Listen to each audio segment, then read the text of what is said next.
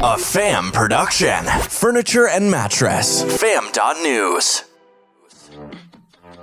The Dos Marcos crew just wrapping up a Las Vegas market.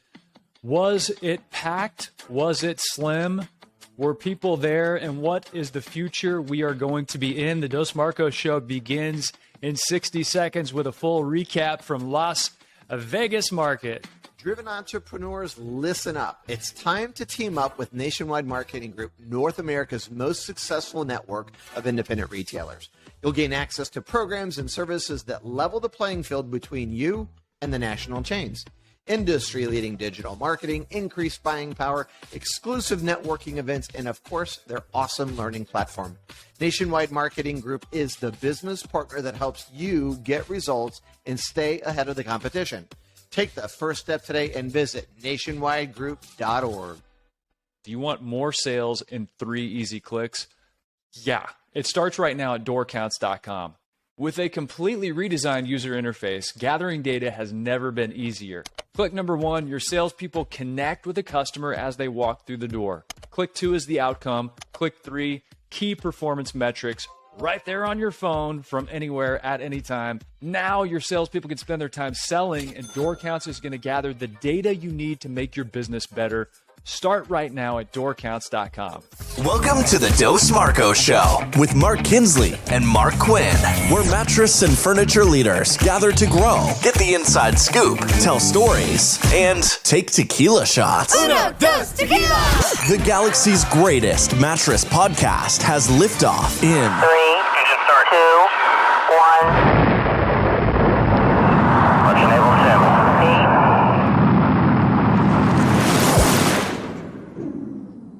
I got to tell you about some of the videos that were coming my way because I missed one of the most monumental events of the year. It was Matt Mann's 40th birthday party in Las Vegas. And I'm going to tell you about why I missed it. And I'm going to tell you the quote of the night. I'm not going to tell you who it came from, but he will know. He's on my list. I missed it too. I hate that neither one of us could go. It sucked. And we had a big invitation. That was going to be a big night. I'm sure it was. I literally packed an Elvis costume in my bag to Vegas, as you should always when you go to Vegas. And I didn't get to break it out and use it because at Las Vegas Market, I was there on Saturday, I was there on Sunday. And then Sunday night, it all went off the rails. And I wish I could say it was because for, fun reasons like, hey, we had too much fun, but it was a massive case of the stomach flu. And I got to be very familiar with the bedroom and the bathroom at the Wynn. You know what? I have to admit, you said I'm out. As a matter of fact, I went into the England space looking for you, and they're like, yeah, he's like sick. He's not coming in. I'm like, really? We had a good dinner. We didn't drink that much, and I left you, and we were going back to our rooms. It's not like I thought you were like going to go out and like throw down a party. It did cross my mind. I'm like, okay, but that's not like you either. Even if you were to have done that, you always answer the bell. So anyway, then I talked to you, and you sounded like hell, and you had a very bad couple days. I felt horrible for you. It was rough. Bad. I was texting with your wife. I'm like, what can I do? Can I help him? What does he need? She's like, oh no, it's bad. Stay away from here. Luckily she was there to help me out because she goes, we've been married for 15 years. She goes, I've never seen you that sick in 15 years. So thankfully she was there. I felt awful that it ruined her being able to have a good time. She hadn't been anywhere in a long time. And normally she comes to Vegas with me in the winter because Englander has a internationals dinner. So all of our international partners from all over the world, our licensees will come in and we'll host this dinner, and she hosts and wives and husbands come, and it's this amazing experience. So she came out to Vegas with me as she normally does. I was like, just go ahead and come out and have a good time. So she ends up taking care of her sick husband. She is a saint for doing that. But it, not the Vegas that you would have expected. Unfortunately. No, gosh, no. But, she had some good nights. You had a couple of good nights in there, so it wasn't a total loss. Now, did she get sick because she was around you? And that kind of stuff's pretty contagious. No, she didn't, thankfully. And, I heard from some other people, some other industry friends who, either jetted home or said, I can't wait to get to my bed. I ate something that was bad for me. So apparently this like stomach bug was going around, but it's well, Brandon Bain came home with COVID. He didn't get sick. I mean, I don't know of anyone else that got COVID, but Brandon went there and he actually got COVID. He was not sounding too good a couple of days ago. But anyway, one of those things. He's better. He's better. Well, how was Vegas? I mean, I got to see you there, so that was cool. But you know, everyone in Vegas, it always comes down to, so how was traffic? You know, what are the elevators like, and how many people are coming in? I thought that there was a good amount of traffic, considering the fact that, you know, there was a big round of COVID going on throughout the country. But I was really happy, Kinsley. I thought there was quite a few people there, and it wasn't as packed as like a January market would be normally. But there's some good in that also, because you're not like constantly on a churn, you know, like people, you know, coming through. You actually get a little bit more time to talk to people, and that's kind of how I felt it was. So I actually thought it was a really good event. How about you? Yeah, I think my assessment's similar. I mean, it was slow. There's no doubt about it. When you look at, you know, past markets, especially winter markets with big bedding introductions, we would see a lot more foot traffic than we saw this time around. But I think that's maybe the evolution of markets. I mean, we had so many people in our showroom doing, you know, sales reps and doing FaceTime tours with customers that didn't make it. But so it was just a combo. It's just turned into a hybrid type event. I mean, it is a place where people do want to come and touch and feel, but maybe they're only making one trip a year, or maybe they're trying to find some of the regional shows that some of the manufacturers do. Maybe they're, you know, going to prime time, things like that. So it's just changed how people prioritize their time and where they're going to put their attention and what their level of exposure and their comfort is. So yeah, it was definitely slower than we've seen in the past, but it's a classic line, but it is kind of true. Good quality conversations. I mean, that's what you end up getting to have, is some depth versus a lot of breadth. Once again, though, I was so disappointed. Not one single hooker came on to me. Not one. I'm the only guy I know that can go to Vegas. No one. They don't care about me. They don't even I feel like my self-esteem drops when I go there, because I'm not even attractive enough for like a working girl to like make me an offer. You know, and they just look past me every single time, and I just want them to like show me a little attention. You know what I'm saying? I'm going to say no, so it's okay, but they don't know that. They don't know I'm going to turn them down. It would be nice to be asked. That's all I'm saying. He just wants to be asked. He's just a guy that just wants somebody to say, I'm going to make you feel handsome right now. You look like a guy that I could overcharge for an activity, and you know, no, I joke about. I literally have seen you on the phone with your wife, and a hooker accosted you, and you said, "I'm on the phone with my wife." What did she say whenever you said that to the hooker that was trying to come on to you at New York? Something like, I don't care. Like, that doesn't bother me, or something like that. I'm like, my wife will care, you know? Anyway, that was when the economy's bad and they were being much more aggressive. So either I'm unattractive or I look like I'm poor. One of the two things is true. And so it's probably better that, you know, anyway. So Kinsley, you had a lot of traffic in your space. Part of it, I kept seeing people gathered around that very kick-ass display you had there with Lifeloom. Talk about that, and I'll tell you, because I actually brought some people over there to check it out. But it was a really cool, demonstrable thing that I think we should talk about. What was the reaction you were getting? Oh, people had a blast with it. So first of all, let's talk about what Lifeloom is, and then Yeah, for people who don't know, Lifeloom is the world's first FDA-cleared sheets and pillowcases. So they have a frictionless sleep system that uses these patented machinery and these long strand polyester and nylon fibers, so long strand on patented machinery to create this super tight weave that has passed as a medical device. And so it's been clinically proven to improve psoriasis and eczema and inflammatory acne and night sweats and bed sores. And it's crazy, the list of conditions that this set of sheets actually is proven to help. And, you know, we talk about it all the time. Problems own sleep. So if you can solve specific problems people have, then you're going to help them obviously be on the warpath to a better night's sleep. But anyway, you know, these guys, really cool crew, Jeremy and Brad and Danny and the whole crew behind the scenes from Lifeloom. I'm always trying to curate really good ideas and bring them into the Englander space. And I'm like, these guys are getting launched. This is truly unique. There's so much fluff in the mattress industry to have something that's defensible. I thought it'd be great. And so one of the things that they did is they brought in a way to demonstrate what does it mean to have this, what they call a frictionless sleep system. And so they created this ramp. And on one side, you had like a microfiber or a high thread count cotton. And on the other side, you had Lifeloom, and you had kind of a pine wood derby style. So like microfiber plank with a microfiber block. And then you had a Lifeloom plank with a Lifeloom block.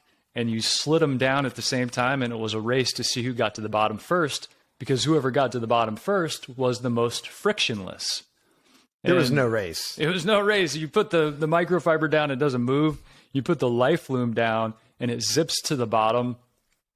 And it really is a compelling visual to show the consumer what does frictionless mean? It means you can move around easier. And whenever you reduce friction, you keep yourself cooler. So just at a high level, it was a really good way to kind of demonstrate and illustrate those benefits. So I thought it was such a cool thing that you got into both what does it mean for the average consumer, and then if you have these specific conditions, Lifeloom was a way to help solve those problems and help people get better sleep. So great job to the Lifeloom guys. I know they gave away a bunch of pillowcases. They signed up accounts, and they were drumming up business. So that was a fun thing to see and created a lot of buzz in the Englander showroom.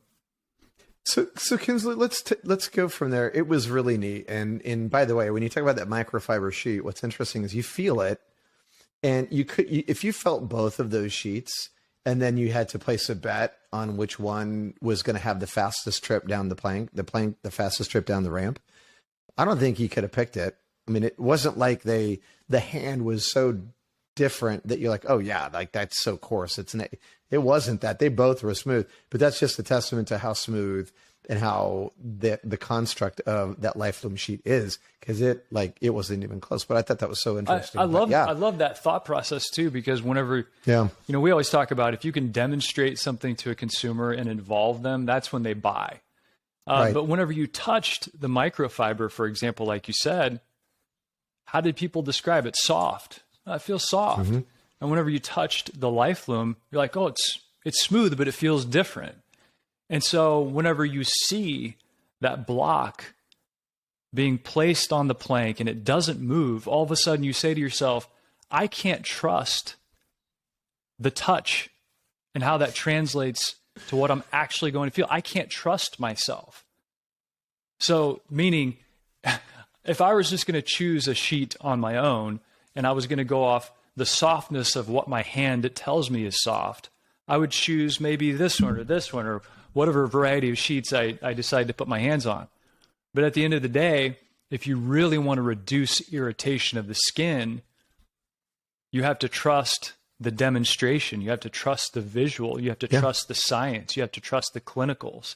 And I thought that was a really good kind of anchoring effect of saying to a consumer, look, you can't trust yourself in this selection process. You know, you have to be able to trust it by looking at the visual and seeing what it does. Because, I would have went with you know what I like about it is that there's so much bullshit in our industry. Speaking of fluff, there's so much bullshit inside of our industry, the marketing spin and stuff. This is legit. Their story is legit. There's science to it. It's FDA approved. Doing clinical trials is incredibly expensive. These guys have gone through that, so they've differentiated themselves. So hats off to you guys, Brad, Jeremy, all of you. Danny, it was awesome to see you. So Kinsley, one of the things, so here's what we're going to do. If you're okay, I'm just going to call it right now. We're going to talk about traffic into showrooms first, and then we're going to close it out with maybe one of the funniest stories I've ever heard. And I'm going to start the story, and you're going to finish it, and that's how we're going to end the show. You good? I'm good. Let's talk traffic. Do you know the story I'm talking about? No, but I'll just make it up if I don't know it. No. You'll know. Okay, so when you're walking around Market, there are so many showrooms. There's a lot that aren't full too, because I mean, it's, you know, COVID, and I'm sure a lot of people like backed out. But, you know, for the guys who, you look around and you're walking down the hallways and you're like, I've never heard of them. I've never heard of them. How many? And then you're like, who buys from these guys? Like, there's a lot of people there. And it always blows me away how much opportunity there is and how many guys I've never even heard of. And so there's traffic in the building, but the real question is, how do you get the traffic into your space? And it shocks me that there are so many people there that don't understand how to bring the people in the building into their showroom. And it really does require an effort. It requires strategy. It requires them to push their story out. It requires them to have a compelling reason to stop in. It requires them investing time, energy, and treasure into earning the traffic into their showroom. So it shocks me how little I see from guys like that even making the effort. You know what I'm saying? Well, we wrote a book on this. Yes, we did. It's called Come Back to But the Bed. book was for retail, but all of it applies to what we're talking about, right? That's where my head went immediately. You know, we talk about the principles of driving foot traffic, and we talk about the cage method, you know, community, answers, giving, experiences. But these can be translated into your showroom experience as well. It can be translated into the marketing to get people from Las Vegas market or wherever they're coming from all around the country into your show space. And I think it's really, you know, it's a mentality of you really nailed it right there. Like, what is the reason I'm going to give anybody to come into my showroom, you know, first and foremost. And we talk about this a lot. If it goes wrong, it probably went wrong at the beginning. So what are the reasons you're giving someone to come in? And then don't just give them a reason. You have to tell them. You have to build value in it. You have to tell them that you have to remind them. You have to schedule appointments with them. But, you know, I really do think about it as like a strategic buildup, you know, so what's the reason? How have you, you know, mobilized your galaxy graph, as we call it in the book, so that you're pushing out that message into every possible place where somebody might be able to interact with you. So, you know, we talk about the galaxy graph as, you know, literally like this worksheet of what are all the places I could push my message out, and then what are all the things I need to create to support it.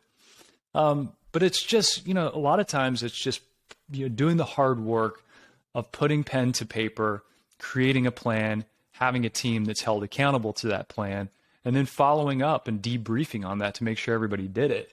And then the fun part along the way is, you know, getting creative with it, you know, making sure that it's not just hey, I've got a new product over here, but you've created some other interest. I mean, it's one of the reasons I brought in the guys from Lifeloom. I'm like, we have great new products. We have this massive new collection in England. Oh, and by the way, we have the world's first FDA cleared sheets. Let's put some more hooks in the water for people that might be interested in different things, and then cross-pollinate once they're inside. It's a hook. And so for the people listening to this, the good news is the fam can help you, right? So you can contact us and we can help share your story through our platform, through our email blast, through web banners, or many, many different things, or talking about you on a podcast as an example. But more than that, pick up the book, Come Back to Bed, that you can read and apply the same principles that Kinsley was talking to you about just a second ago. But whatever you do, don't do nothing, because most companies, the line item on their marketing budget, a showroom, you bring people in, you fly them in for the event, you put them up on hotels, you're eating expensive dinners, you're entertaining people, but yet you're not going to invest in telling your story and putting something out there where you can kind of cast that net and pull the fish in. You got to do it. You've made the investment already to have a showroom. That's step one, but you can't just depend on the traffic to happen into your space. You got to tell your story and you got to create that hook. And I think you doing that with Lifeloom is a great example of that, actually. You know, not everyone's Tempur-Pedic, not everyone's Serta and Simmons. You know, you don't have that traffic just kind of dropping into your showroom. You got to build it. You got to create interest. So I think it's very important. Well, and Serta you know, if you have a showroom, we didn't can get help much you. traffic this go around. Okay, good point. Sort of was not there, so that's okay. Fair enough. No one was in their showroom. It was weird. Yeah, it's weird. No, for people that don't know, Serta pulled out of market 2 years ago, yeah. 2.5 years ago, something like that. I tried to include him and I failed. I mean, I was trying to be nice and include him, but anyway. Okay, so you ready for the story? All right, give me the story. Okay, so we have a mutual friend who we will not use their name to protect the innocent, right? We'll call him Bill. Good enough? Okay, gotcha. Bill. Bill. All right.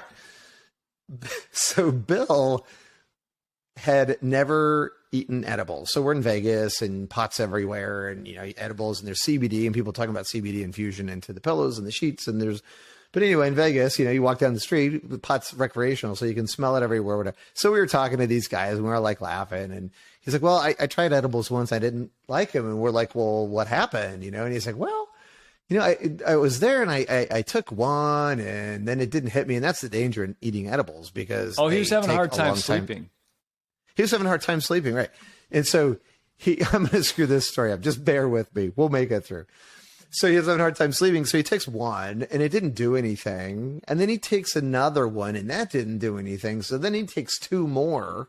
By the time he gets done, he's got like 4 of these edibles in him. Now, he's starting to feel a little bit, but he kind of goes to sleep. But he remembers that one of his friends said that he heard a story about someone who had eaten too many edibles and he killed his entire family.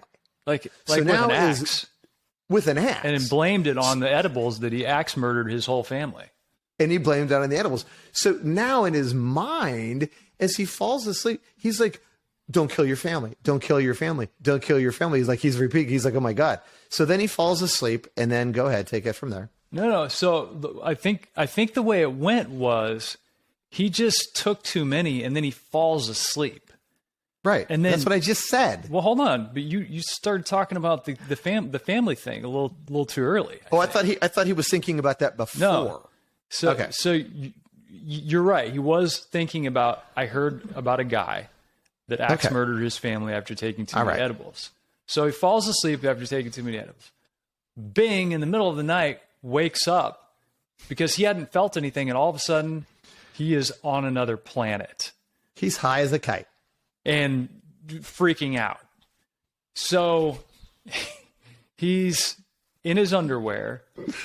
And a flashback keeps going through his mind, like you said, about the axe murdering guy who blamed it on the edibles.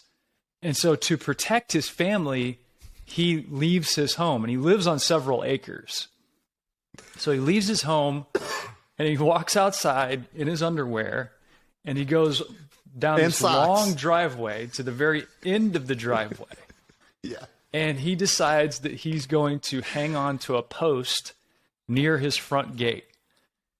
And after hours and hours and hours, the sun begins coming up and he hears himself saying over and over again, don't murder your family, don't murder your family, don't murder your family, in his underwear, hugging a post with socks on. I'm sorry, man, but that, he was smart enough that he felt like his family's life was in jeopardy. So he walks out of his house down the road and grabs that post and thinks in his head that's enough to secure me to this post. This is gonna keep my family safe. And if I just repeat this over and over again, everybody's gonna be fine. I tell you, people talk about the edible stories. You hear it in Vegas all the time, and they're like, all the time. It always the story about I took too many. Oh, because they're not patient. They don't. Yeah, they're not patient. They don't wait. So anyway, Bill lived. Bill's family's fine. We just want you to know that. So if you're listening to this and you do go to a Vegas market and you're going to get edibles, that's fine. Just be responsible. Start with 5, I'm told. And then expand. Five edibles? No, 5 milligrams. Oh, 5 milligrams. Okay. No.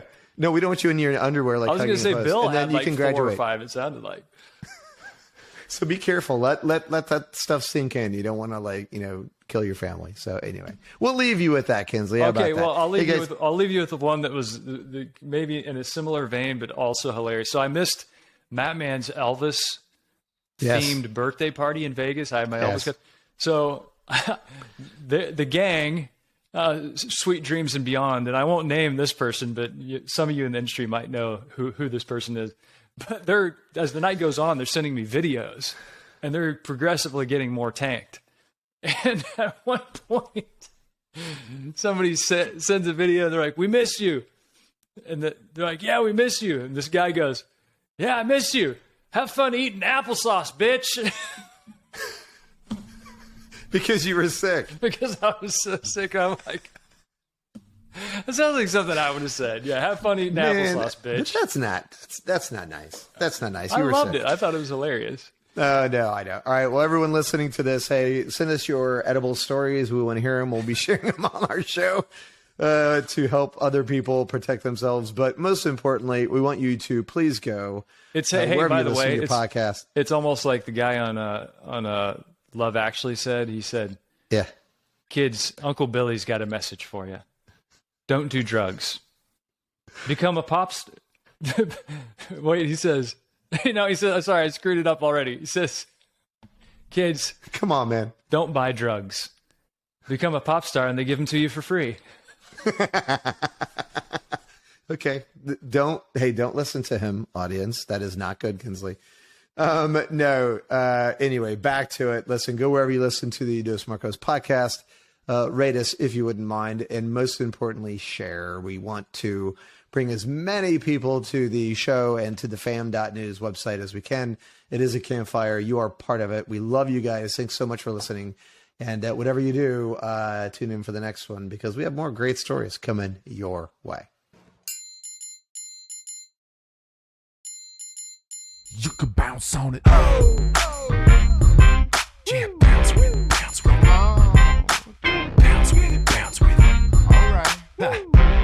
What is a hybrid? It's like peanut butter jelly, peanut butter chocolate. Hybrid so tight, there's no way that you could topple it. Hybrid on my wrist, that's a calculator watch. We add ourselves together and we take it up a notch. Got the airflow, yo, keep you cool as it get. Visco foam alone to make you drip sweat. Get a hybrid mattress, yes, you'll get better rest.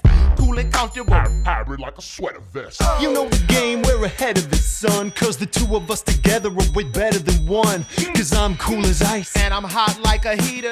bounce by the ounce, now we got it by the liter. Well, you take a spring and you wrap it up right. You can sleep so smooth or bounce all night. Put two together, get a whole lot more. Get the feel of the comfort core. You can bounce on it. Lay back, you don't have to practice. It's the best thing to happen to your mattress. Get together to do it like I did. Everybody get hybrid. If you want somebody to get in your vicinity, you probably want to feel a little bit of a hybridity. Foam alone, out of 5, maybe 1 star. Springs and foam, we're taking care of that lumbar. Mad back support, the best way to shack up or just get rest that won't mess your back up. Like a hot chick mixed with a particle physicist or a mullet. Party in the back of the business. Best of both worlds like Mars and Venus. The ultimate hybrid. Nothing short of genius. Keeping it loose while keeping it tight. We can make you sleep or play all night. Put two together, get a whole lot more. Get the feel of the comfort core. You can bounce on it. No stopping when the beat gets played back. Springs keep it popping, foam keeps it laid back. Party over here, get invited. Everybody get hybrid. Listen, doesn't matter if your kitchen is charming when your bedroom's the most important part of the apartment. What kind of bed do you keep back there? Does your girl wanna chill on a beanbag chair? Hell no. Oh, you need springs and foam. Cause if that bowling ball don't bounce, you'll be sleeping alone. And if the bed don't react, then you can't get low. We got that type of bounce that won't spill your Merlot. So stick with us and you'll get rewarded. Cause I'm so gentle. And I'm so supportive. Hybrid is where the magic is. And we just killed a song about mattresses.